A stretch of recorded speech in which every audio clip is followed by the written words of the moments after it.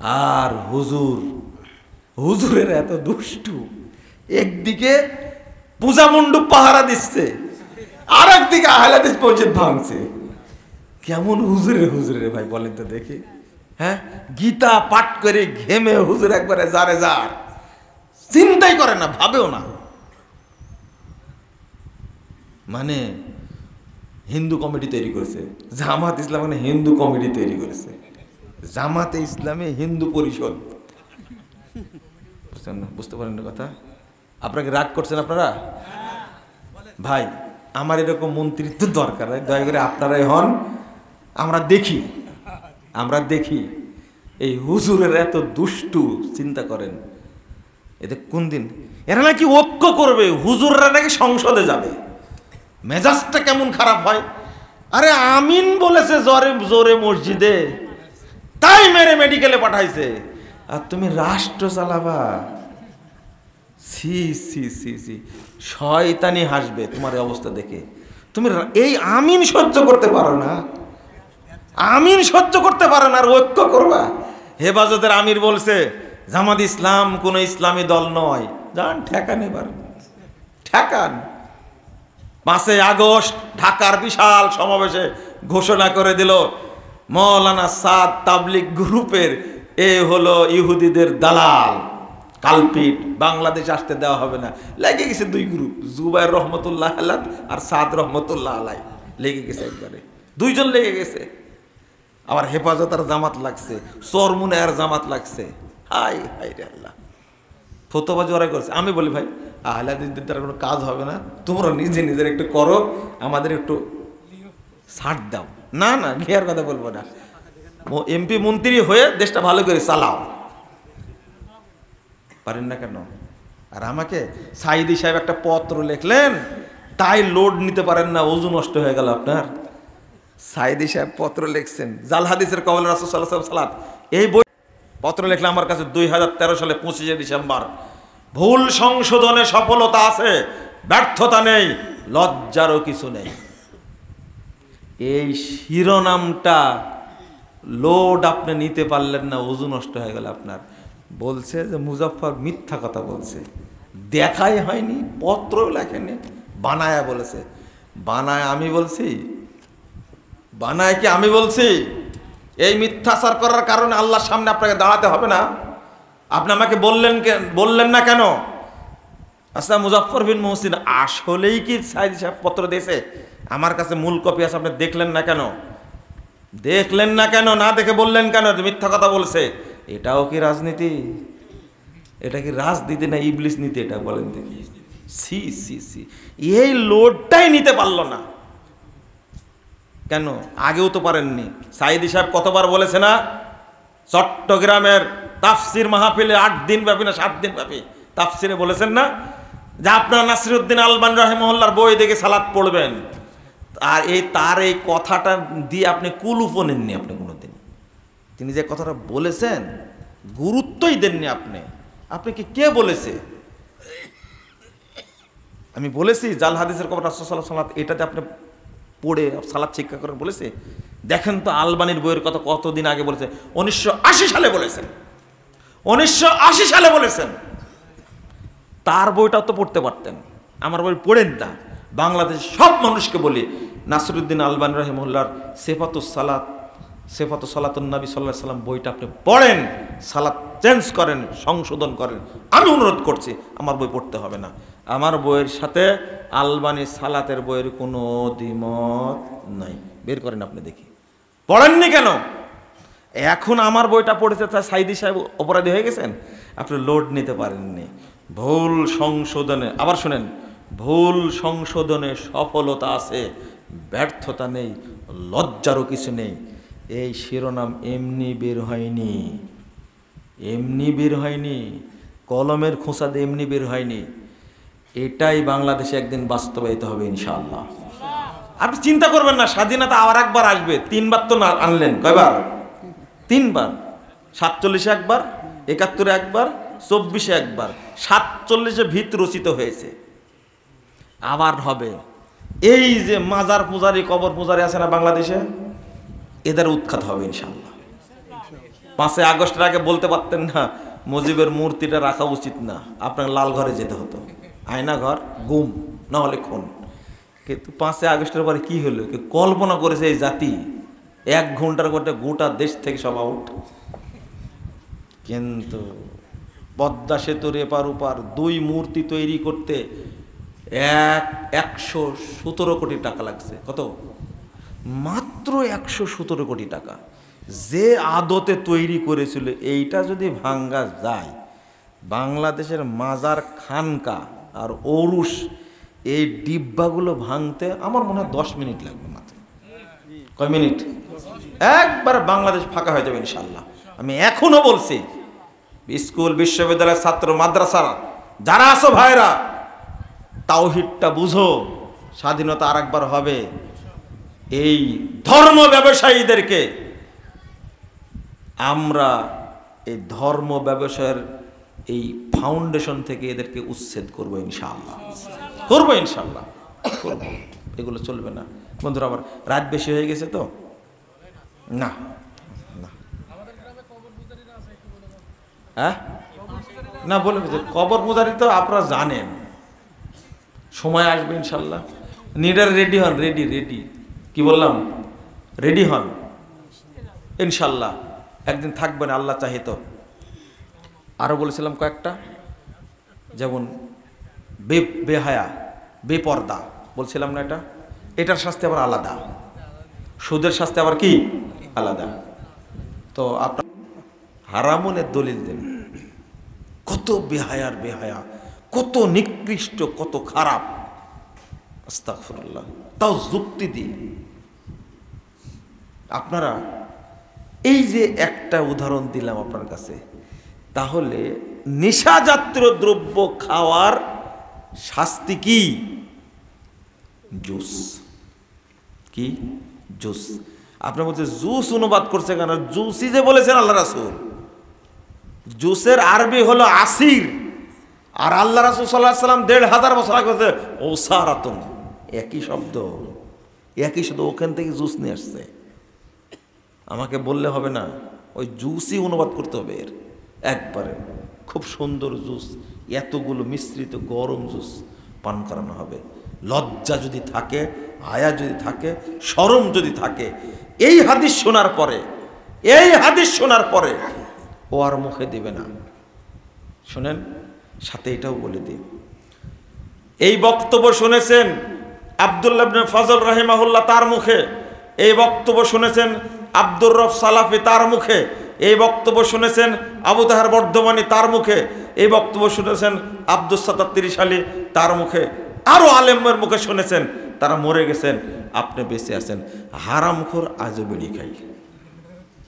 এই হলো প্রতারক, একটা ধোঁকাবাজ, একটা ভণ্ড।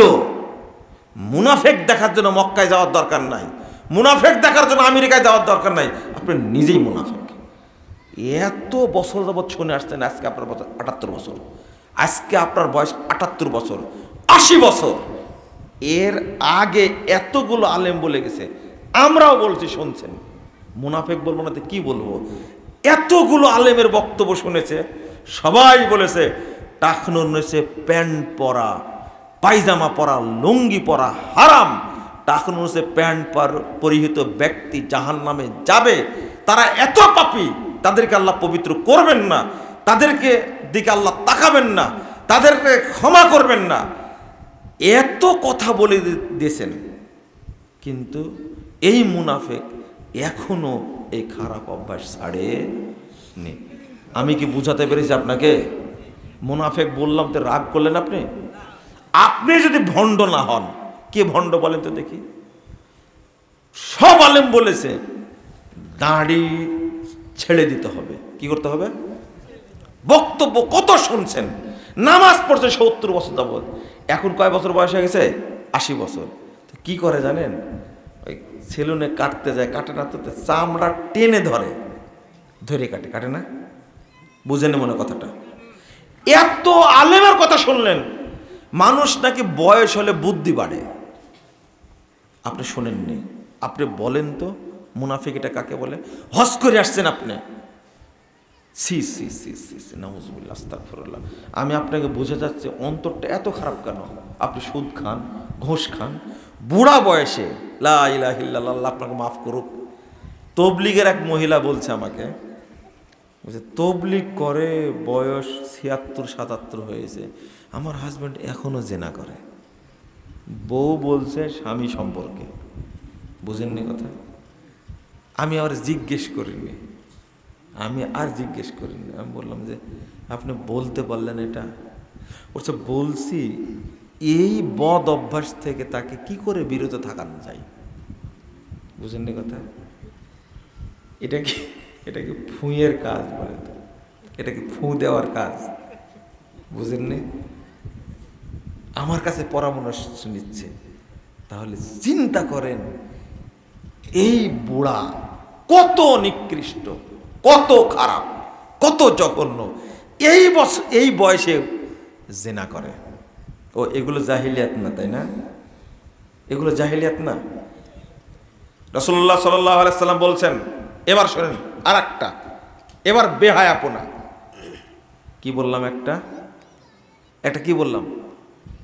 হারাম খাওয়া, মদ খাওয়া। ও আর একটা শোনেন, আত্মসাৎ করা, হারাম বস্তু খাওয়া, এটা একটু শোনেন। এর কিন্তু আলাদা শাস্তি। মুহাম্মদ রাসূলুল্লাহ সাল্লাল্লাহু আলাইহি সাল্লাম, আল্লাহ বলেছেন, যারা বিড়ি সিগারেট খাবে, মদ খাবে, তাদেরকে মাথায় করে কিয়ামতের মাঠে নিয়ে যেতে হবে, কোনো হাদিস নাই। বুঝতে পারলেন? এরকম নাই। কিন্তু 161 নম্বর সূরা আল ইমরান আল্লাহ বলেছেন, ওয়ামাই ইয়াগলুল ইয়াতি বিমা গাল্লা ইয়াউমাল কিয়ামাহ, যে আত্মসাৎ করেছে সেটা নিয়েই কিয়ামতের মাঠে হাজির হবে। বাবজি হাজির হবে। এটা আবার কেমন শাস্তি? এটা হলো বগুড়া। কেবলা কোন দিকে? শেখ, এখান থেকে গেলে ৭,০০০ কিলোমিটার রাস্তা। এই আত্মসাৎকৃত বোতলটা মাথায় করে নিয়ে যেতেই হবে, ঘাড়ে করে নিয়ে যেতেই হবে। এখানে কোনো রকমের সন্দেহ নাই। আপনি একটা টিস্যু আত্মসাৎ করেছেন, টিস্যু, এটাও থাকবে মাথার উপরে, ঘাড়ে এটাও থাকবে, আপনার থাকবে। এটা আল্লাহর কালাম, সূরা আল ইমরান 161 নম্বর আয়াত, ওমাই ইয়াগলুল ইয়াতি বিমা গাল্লা ইয়াউমাল কিয়ামা, যে যা আত্মসাৎ করেছে, যে যা দুর্নীতি করেছে, সেটা নিয়ে উপস্থিত হবে। এই রাস্তাটা করার সময় বাজেট হয়েছিল 2 কোটি টাকা, কিন্তু কাজ করেছে 50 লাখ টাকার। মারছে কয় টাকা? মারছে 1.5 কোটি। যে রাস্তা থাকার কথা ছিল 5 বছর, 5 মাসের মাথায় সব শেষ হয়ে গেছে। এই রাস্তাটা মাথার উপরে থাকবে। বুঝেননি কথা? যারা দুর্নীতি করেছে, চুরি করেছে, বাংলাদেশ থেকে পালাইছে, আল্লাহ কি ছেড়ে দিবেন? না, একবারে দলিল সহ উপস্থিত হওয়া লাগবে কিয়ামতের মাঠে। বেটা তুমি যাবে কোথায়? এক শয়তান, এক দুর্নীতিবাজ, বাংলাদেশের মানুষের সার, ও 631টা বাড়ি কিনেছে একাই। কয়টা? এই হারামখোরের কয়টা বাড়ি লাগবে রে ভাই, বলেন তো দেখি। ওকে যদি 631 পিস করা হয়, তাও তো করা যাবে না, মনে হবে? হ্যাঁ, করা যাবে? 631 পিস করা যাবে? ওকে কি পাওয়া যাবে? ওর এত লাগে কেন? সবগুলো মাথার উপরে থাকবে। কোথায়? মাথার উপরে। ও বিশ্ববিদ্যালয়ের ভিসি সাহেব, নিয়োগ বাণিজ্য করে যত টাকা খেয়েছেন, যত বিল্ডিং করেছেন, টেনশনের কোনো কারণ নাই। টেনে আপনি কিয়ামতের মাঠে নিয়ে যাবেন, কোনো টেনশন করবেন না। আপনাকে নিয়ে যাওয়া লাগবে, নাহলে সব ফেরত দিতে হবে। জাতির সম্পদ ফেরত দিতেই হবে। আজকে দিচ্ছেন না, কিন্তু মরার সময় কতবার আল্লাহকে বলবেন, আল্লাহ একটু টাইম দাও, ফেরত দেবো, আল্লাহ একটু টাইম দাও, ফেরত দেবো না। ওয়ালা ইউআখিরুল্লাহু নাফসান ইযা জা আজালুহা, অসম্ভব। 115-16 নম্বর হাদিস, সহিহ মুসলিম। আল্লাহ রাসূল সাল্লাল্লাহু আলাইহি ওয়াসাল্লাম খাইবারের দিনে বলতে শুনলেন, সাহাবীরা খুব আনন্দে বলছেন, আহারে এত সুন্দর করে যুদ্ধ করেছে, যুদ্ধ করতে করতে মারা গেছে, ফলানুর শহীদ, ফলানুর শহীদ, ফলানুর শহীদ, অমুক শহীদ, অমুক শহীদ। সাহাবীরা আনন্দে বলছে। আল্লাহ রাসূল বলছেন একদিন তাকায়া, কাল্লা ইন্নী রাআইতুহু ফিন্নার, অসম্ভব, আমি তাকে দেখছি জাহান্নামে জ্বলতে, সে জাহান্নামে পুড়ছে, জ্বলছে বিবুরদাতিন গাল্লাহা, ও একটা চাদর আত্মসাৎ করেছে, ছোট্ট চাদর, গনিমতের মাল থেকে নিয়েছিল, যার কারণে তাকে জাহান্নামে পোড়াচ্ছে, আমি দেখতে পাচ্ছি। তোমরা শহীদ বলছো মানে এই লোকটি রাসূলের গোলাম, আল্লাহ রাসূলের নিজের খাদেম, আল্লাহ রাসূলের খাদেম, আল্লাহ রাসূলের নিজের খাদেম। এই মানুষটা যুদ্ধে গেছেন, সাহাবী একজন, যুদ্ধে গেছেন, যুদ্ধে অংশগ্রহণ করছেন, যুদ্ধ করতে করতে মারা গেছেন, নিহত হয়েছেন। আল্লাহ নবী বলছেন ইন্নী রাআইতুহু ফিন্নার, আমি জাহান্নামে জ্বলতে দেখছি।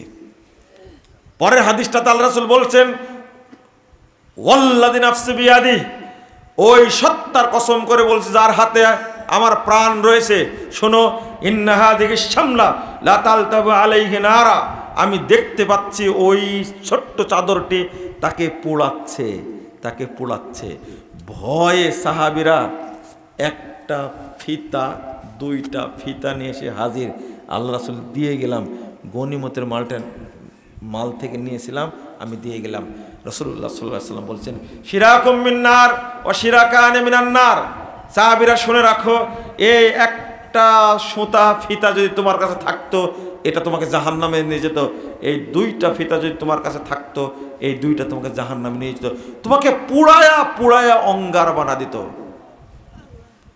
এই ফিতার যদি এই অবস্থা হয়, চাক্ষুষ দেখাচ্ছেন আল্লাহ রাসূল, আমি দেখছি তাকে জাহান্নামে পোড়ানো হচ্ছে, আর তোমরা ওকে শহীদ বলছো। মানে আত্মসাৎ করেছে, সাহাবী হয়েও কোনো লাভ হয়নি, আত্মসাৎ করেছে, যুদ্ধে গিয়েও কোনো লাভ হয়নি, আত্মসাৎ করেছে, তরবারি চালায়া যুদ্ধ করেছে, কোনো লাভ হয়নি, আত্মসাৎ করেছে, যুদ্ধের মাঠে কাফেরদের আঘাতে মারা গেছে, কোনো কাজ হয়নি। আপনি কিভাবে ভাবছেন যে বেটিদেরকে ফাঁকি দিয়ে আমি জান্নাতে যাব? ভাইয়েরা কিভাবে ভাবছে বোনদের সম্পদ ভোগ করে জান্নাতে যাবে? না না না, এটা আপনাদের ভুল হচ্ছে, এটা আপনার ভুল হচ্ছে। একজন ব্যক্তি 3 বছরের মধ্যে যত কোটি টাকার মালিক হয়েছে, প্রশাসনে যত লোক আছে, আমি তো বললে আপনারা রেগে যান, আপনারা বলেন যে এইভাবে কথা বলেন কেন। যেমন মানুষ বলতো যে বিসিএস ক্যাডারটা হয় স্বচ্ছভাবে, কিভাবে? স্বচ্ছভাবে। অথচ একটা বেসরকারি টিভি চ্যানেল গোয়েন্দারা খায় গোবর। কি খায়? গোয়েন্দারা গোবর খায়। গোবর বলতে রাজনৈতিক দলের পেশাব পায়খানা খাওয়ায় ব্যস্ত এরা। একটা শোনেন, একটা বেসরকারি টিভি চ্যানেল যদি বের করতে পারে 16 বছর যাবত বিসিএস এর কোশ্চিন বিক্রি করে এক হারামখোর কোটি কোটি টাকার সম্পদের মালিক হয়েছে, বের করতে যদি সে পারে, এনএসআই কি ঘোড়ার ঘাস কাটে? ডিজিএফআই কি করে? ডিবি কি করে? সিটিএসবি কি করে? আরো কত যে হবু গবু ইত্যাদি সংস্থা আছে, গোয়েন্দা সংস্থা, এরা গোবর না খেলে কি খায়? এরা ধরতে পারলো না কেন? মানে এরাও পার্সেন্টেজ খায়, এরাও খায়। এরা আয়না ঘর বানাতে জানে, দুর্নীতিবাজ ধরতে জানে না। একটা লোক 600 বিঘার সম্পদ তৈরি করেছে, একচেটিয়া। বেনজির ছাগল আছে না একটা, চিন্তা করতে পারছেন? বেনজির কাণ্ড। ও সাংবাদিকরা, তোমরাও 5 গোলাম, তোমরা দুর্নীতিবাজের রস খাও, তোমরা সত্য কথা বলতে পারো না কেন? আগে সাংবাদিকতা হতো মিথ্যাকে বাদ দেয় সত্যকে উন্মোচন করার জন্য, আর এখন সাংবাদিকরা এই ঘুষখোর, এই হারামখোর সাংবাদিকরা এখন সত্যকে চাপা দেয়া মিথ্যাটাকে উপস্থাপন করে। এই বর্তমানে সাংবাদিকেরা হারামখোর, এরা দেশের দুশ্মন, এরা স্বাধীনতার দুশ্মন। এরা কেন লিখতে পারো না? আস্তাগফিরুল্লাহ, আস্তাগফিরুল্লাহ। লজ্জা করে না, শরম করে না? আমি বলেছি তুমি বিসিএস ক্যাডার হয়েছো কোশ্চিন কিনে নিয়ে, এই জন্য ক্যাডার হয়ে সচিব হয়ে তুমি এই দেশের টাকা চুরি করো, তুমি এই দেশের টাকা আত্মসাৎ করে গরিবের পয়সা মেরে তুমি বিদেশে পাচার করো, তোমাকে মানুষই মনে করে না। কিসের বিসিএস ক্যাডার তুমি? এই বক্তব্য দিতে গিয়ে মন খারাপ করেছে অনেকেই, যে আমিও তো ক্যাডার, আমি তো কোনো আত্মসাৎ করিনি।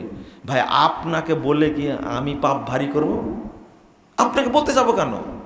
আপনি ইঞ্জিনিয়ার, ভালো মানুষ, আপনি সুদ খান না, ঘুষ খান না, আপনাকে জানোয়ার বলবো কেন? বুঝেননি কথা? আরে বিসিএস ক্যাডার তো আমারই ছাত্র আছে, আমার পরিচিত অনেক মানুষ আছে, আমি তাদেরকে সৎ মনে করি, আপনি তাদের মধ্যে একজন। কিন্তু আমার সন্দেহ হচ্ছে আপনার লাগলো কেন? বুঝেননি কথা? আপনার লাগলো কেন?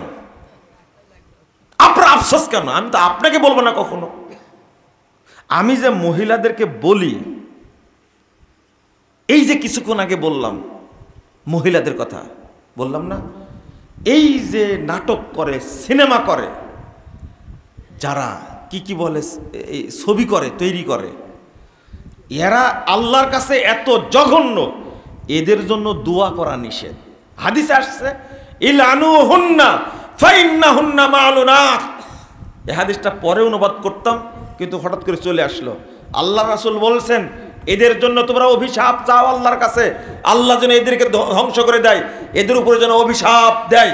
আগে বলতাম আল্লাহ তো হেদায়েতের যোগ্য হলে হেদায়েত দাও, না হলে ধ্বংস করো। আর এখন এই কথা বলি না, এখন সরাসরি বলি আল্লাহ এদেরকে ধ্বংস করো। কারণ আল্লাহ নবীর নির্দেশ, ৭৭৩ নম্বর হাদিস মুসনাদ আহমদের মধ্যে, ইলানুহুন্না ফাইন্নাহুন্না মালুনাত। তুমি এদের উপরে অভিশাপ দাও, কারণ এরা হলো অভিশপ্ত।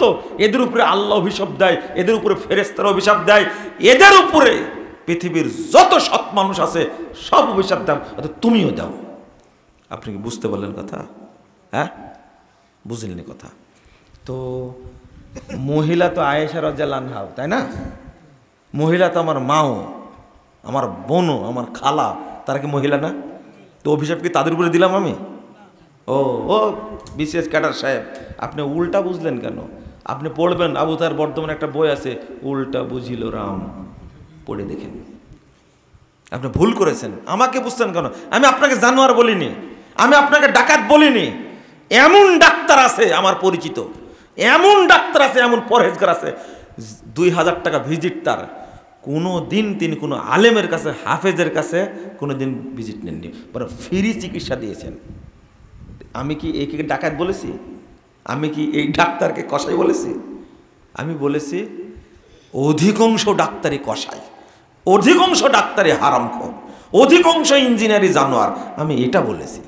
তা আপনার লাগলো কেন? রাগ করেন, আপনাকে বলবো কেন? আপনি পরহেজগার। বিসিএস ক্যাডার ভালো না থাকলে দেশটা কি এমনি আছে? বুঝেননি কথা? ধ্বংস হয়ে যাবে না? ঢাকা বিশ্ববিদ্যালয়ে অনার্স মাস্টার্স করে তো বিসিএস এর কোশ্চিন কিনে পড়াশোনা করে ক্যাডার হয়ে বাংলাদেশের ক্ষতি করো তুমি, বাংলাদেশের মানুষকে মারো, ছোট ছোট বাচ্চা ছেলেকে গুলি করে মারো তুমি। তোমাকে কে ক্যাডার হতে বলেছে? তুমি একটা ইতর, তুমি একটা মানুষ নামের কলঙ্ক। কিসের পড়াশোনা করেছো তুমি? তোমার মতো জঘন্য, তোমার মতো নিকৃষ্ট, তোমার মতো দুষ্টু প্রাণী আল্লাহ পৃথিবীতে তৈরি করে। তুমি শুয়োর, কুকুর, বানরের চেয়েও খারাপ তুমি। আল্লাহ বলেছেন, আমার ভাষা না, উলাইকা কাল আনআম বাল হুম আযাল। আল্লাহ বলছেন ওরা চতুষ্পদ জন্তুর মতো, বরং তার চেয়েও খারাপ। এই বানরের পা কয়টা? কয়টা? 2টা। শুয়োরের পা, কুত্তার, তো এদের চেয়েও খারাপ। আল্লাহ বলছেন এই 2 পাই বানরটা তার চেয়েও খারাপ, 2 পাই শুয়োরটা তার চেয়েও খারাপ, ওদের চেয়েও খারাপ। আমি বলবো না কেন? দেশের মানুষ দরিদ্র, টাকা পয়সা নাই, তারা ভাত খেতে পারছে না, মরিচ কিনতে পারছে না, ত্রাহি ত্রাহি অবস্থা, গোটা দেশ দ্রব্যমূল্যের ঊর্ধ্ব করতে। আর তুমি একাই 630টা বাড়ি কিনেছো, কোথায় পেলে টাকা? হারামখোর, তোমার বাবার টাকা এটা। আল্লাহ তোমার উপরে গজব নাজিল করবে, মনে রেখো। কেউ বাঁচতে পারবে না, কেউ বাঁচতে পারবে না। গজব নাজিল হবেই, হবেই, হবে ইনশাল্লাহ। তোমার ক্যান্সার হবে, এমন অসুখ আল্লাহ তোমাকে দিবে, পৃথিবীতে কোনো ডাক্তারই পাবা না, পৃথিবীতে ওষুধই পাবে না, তুমি ধুকে ধুকে তোমাকে মরতে হবে। এর নাম হলো দুর্নীতির অভিশাপ। পাবাই তুমি, পাবাই তুমি। আপনাদের প্রধানমন্ত্রী বলছে, আরে আমার অফিসের পিওনই 400 কোটি টাকার মালিক, হেলিকপ্টার ছাড়া বাড়ি যায় না। আপনাদের প্রধানমন্ত্রী,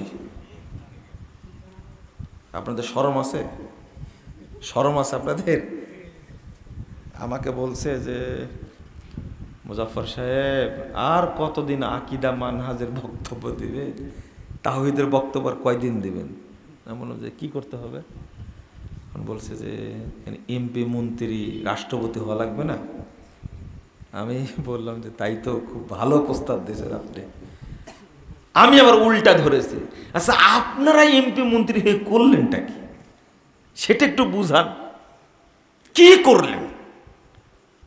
একটা দল 17-18 বছর ক্ষমতায় আটকে থেকে একবারে স্বচ্ছ নির্ভেজাল ঐতিহাসিক, পৃথিবীর ইতিহাসে নজিরবিহীন স্বচ্ছ নির্বাচন 2024-এর 7 জানুয়ারি করে আউট। ইবলিস এত সুন্দর করে বলতে পারবে না যে পৃথিবীর ইতিহাসে এত স্বচ্ছ নির্বাচন কোনোদিন হয়নি, যেটা হয়েছে 24-এর 7 জানুয়ারি। বুঝতে পারছেন? আচ্ছা, ইবলিসের কাছে এত সুন্দর করে শুনতে পারবেন আপনি, কিন্তু এত ঐতিহাসিক নির্বাচন করার পরে এমপিও নাই, মন্ত্রীও নাই, চেয়ারম্যান মেম্বার কিছু নাই, পালানোর জায়গা পায় না একবারে। আমি বললাম তাহলে এই এমপি হয়ে লাভ কি? আবার বলছে মাঝে মাঝে আমি চট করে ঢুকে পড়তে পারি। চিন্তা করতে পারছেন আপনি? এইরকম মানুষ চট করে ঢুকবে, কোনো অধিকার নাই। কত দেশে যাওয়ার চেষ্টা করছে, কিন্তু কেউ প্রভাবশালী একজন প্রধানমন্ত্রী, বিশ্ব নেতাদের 1 নম্বর, তিনি হলেন সবচেয়ে আপসীন নেত্রী, তিনি বঙ্গবন্ধুর বেটি। বঙ্গবন্ধু দেশ স্বাধীন করেছে, আমি বঙ্গবন্ধুর বেটি। কথা কি এক একটা! দেখতে দেখতে 15 বছর, সামনে আরো 5 বছর, মানুষ বাঁচে কয় বছর? রাহু আবাইদুল কাদের। বুঝেননি কথা? কই ফখরুল সাহেবের নামে মামলা করার দরকার, কারণ ওয়াদা করে গেছে আমি ফখরুল সাহেব বাসায় যাব। কই মামলা করেন ফখরুল সাহেবের, এমনি 755টা আছে, আর একটা করেন ঠিকই বের হবে, দেখেন। বুঝেননি কথা? স্বাদ মিটে গেছে? না না, মিটেনি।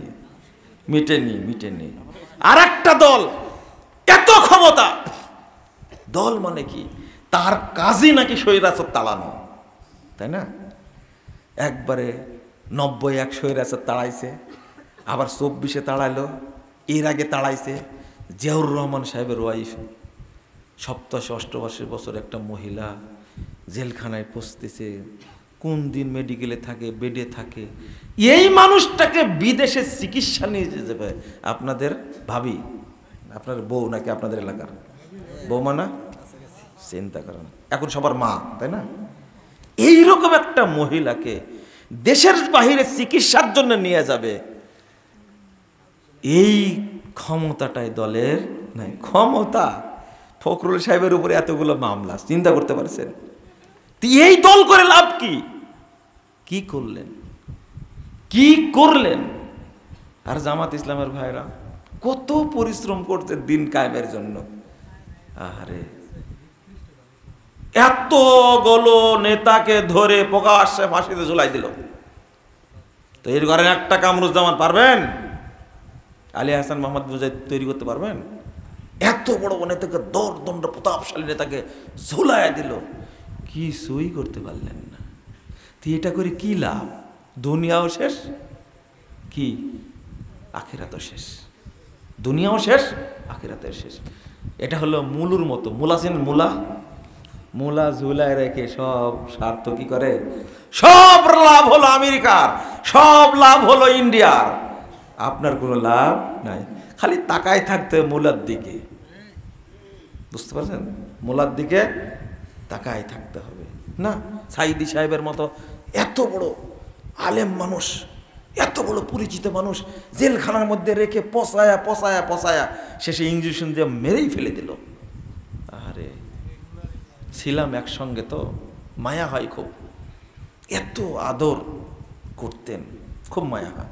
আগে তো বলতে পারিনি, এখন তো বলতে পারছি। একবার বলেছিলাম, তাই আমাকে একবারে নাকে দড়িয়ে দিয়া কখনো ডিজিএফআই, কখনো এনএসআই, কখনো ডিবি আমাকে একবারে জ্বালায় মারছে, বুঝতে পারলেন? হায় হায় হায়, আমাকে আটক করে রাখলো কয়েক ঘন্টা, বুঝতে পারলেন? এরকম ঘটনা আছে। আপনি কেন গেলেন এই জায়গায়?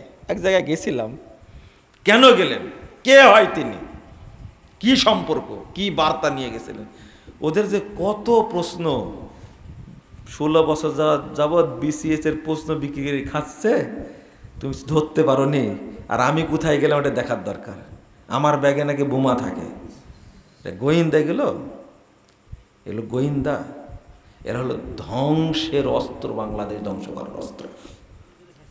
সাইদি সাহেব, আহারে এত কিছু করলেন, মাঝে মাঝে কষ্ট হয়।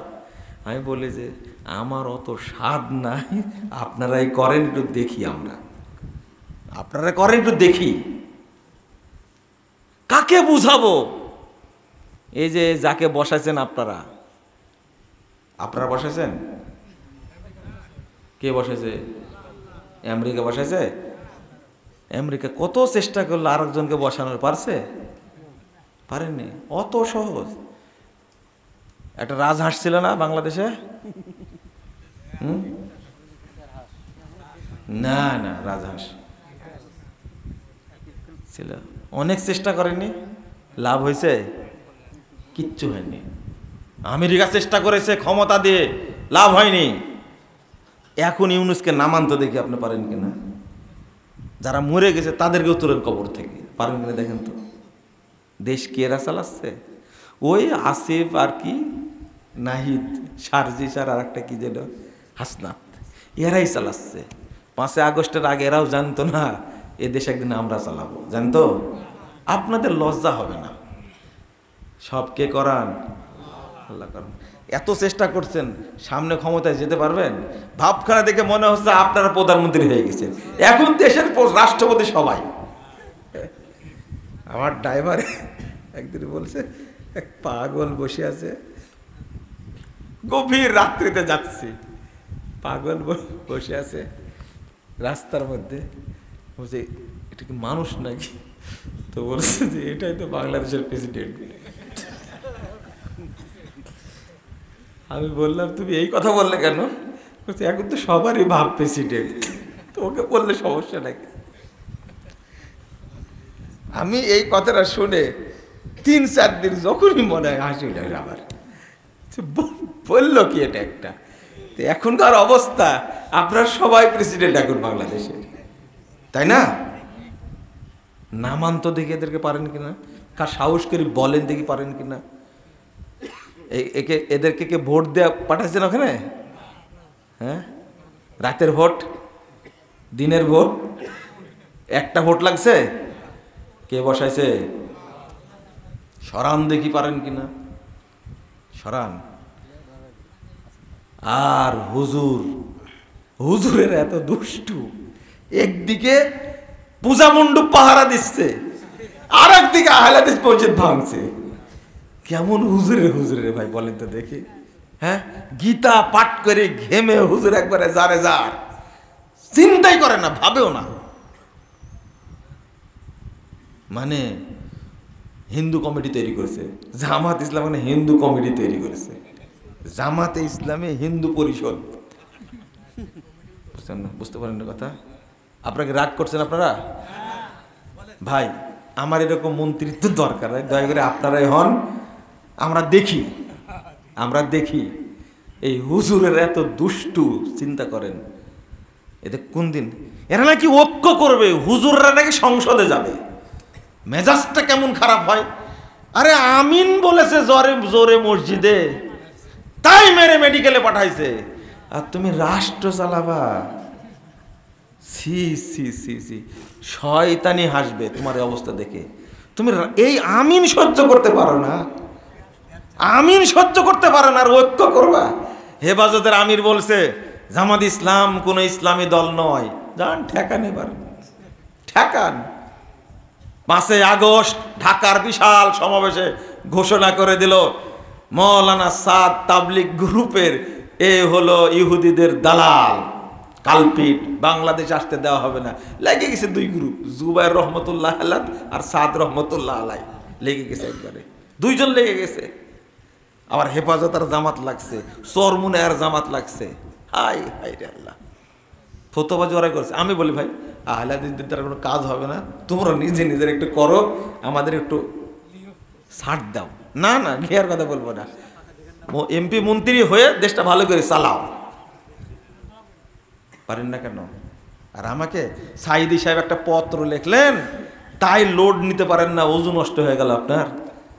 সাইদি সাহেব পত্র লিখছেন, জাল হাদিসের কওলে রাসূল সাল্লাল্লাহু আলাইহি ওয়াসাল্লাম, এই